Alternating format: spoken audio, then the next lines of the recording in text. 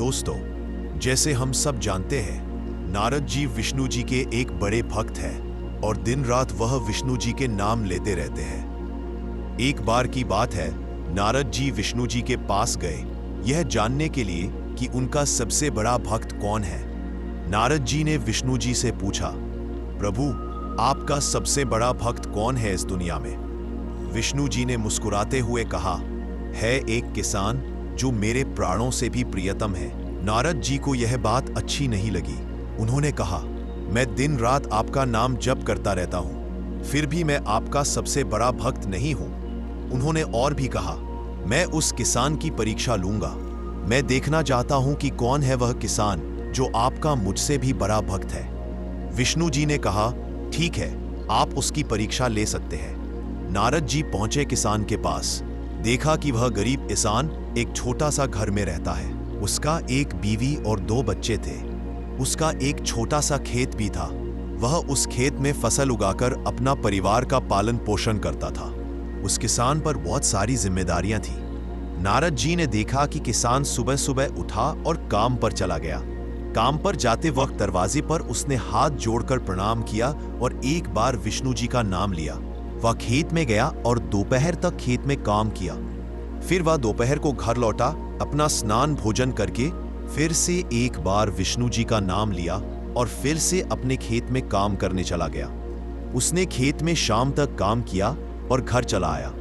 घर आकर अपने बच्चों और बीवी के साथ कुछ समय बिताया और रात को सोते समय फिर से विष्णु जी का मधुर नाम स्मरण करते हुए सो गया। यह सब देखकर नारद जी को बड़ा आश्चर्य हुआ।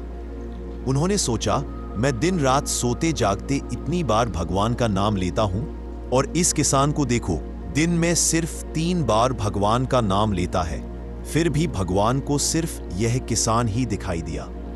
यह सोचकर नारद जी चले विष्णु जी के पास। उन्होंने जाकर विष्णु जी से कहा, भगवान, यह तो अन्याय है। मुनि ऋषि लोग दिन रात आपके नाम लेते रहते हैं, बल्कि मैं खुद आपका नाम दिन रात जप करता रहता हूं, और देखो इस किसान को, दिन में सिर्फ 3 बार आपका नाम लेता है, तो ये आपका सबसे बड़ा भक्त कैसे हो गया? विष्णु जी मुस्कुराए और बड़े प्रेम से नारद जी को अपने पास बुलाया। बोले, नारद, आओ, एक आवश्यक काम याद आ गया जो सिर्फ आप ही कर सकते हो। पहले वह काम निपटा लेते हैं, फिर इस बात पर चर्चा करेंगे कि सबसे बड़ा भक्त कौन है। नारद जी ये सुनकर बड़े खुश हुए और मन ही मन में सोचने लगे कि आज कुछ नया सीखने को मिलेगा। विष्णु जी ने नारद जी को एक तेल से भरा हुआ कटोरी देते हुए कहा, नारद, तुम यह कटोरी लेकर जाओ और सारे पृथ्वी की भ्रमण करके आओ, लेकिन याद रहे, इस कटोरी से जैसे एक भी बूंद तेल नीचे नहीं गिरना चाहिए। नारद जी ने बड़े उत्साह के साथ वह कटोरी ली और चले विश्व भूमंडल की प्रदक्षिणा करने। नारद जी ने बड़े ध्यान के साथ अपने हाथ में कटोरी लेते हुए सारी पृथ्वी की भ्रमण करके पहुंचे विष्णु लोक में। देखा कि भगवान विष्णु शांत बैठे हुए थे। नारद बड़े ही खुश लग रहे थे, मन ही मन सोच रहे थे कि आज विष्णु जी उनकी प्रशंसा करेंगे। विष्णु जी ने देखा कि नारद उनके सामने आकर खड़े हो गए। नारद जी वह तेल से भरा हुआ कटोरी नीचे रखते हुए बोले, प्रभु, अब कृपया बताइए कि क्या है इस कटोरी का राज। विष्णु जी मुस्कुराते हुए बोले, अच्छा नारद, एक बात बताओ, तुम इस तेल की कटोरी लेकर जाते हुए कितनी बार अपना भगवान का नाम स्मरण किया? नारद जी ने कहा, एक बार भी नहीं। काम आपका ही था, आपने कहा था तेल की कटोरी पर ध्यान देने को, इसीलिए मेरा सारा ध्यान इस तेल की कटोरी पर था। विष्णु जी बोले, उस किसान का काम भी मेरा ही दिया हुआ है, उस पर अपने परिवार का जिम्मेदारी है, फिर भी वह अपना सब काम करते हुए दिन में 3 बार मेरा नाम जप करता है, इसीलिए वह मेरा प्रिय भक्त है।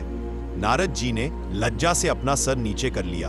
फिर विष्णु जी बोले, देखो ना, सबसे बड़ा भक्त वह नहीं होता जो हर वक्त भगवान का पूजा करता है, हर वक्त भगवान का नाम जपता है, बल्कि सबसे बड़ा भक्त वह होता है जो अपना काम करते हुए, अपना सारे जिम्मेदारी निभाते हुए भगवान की पूजा करता है।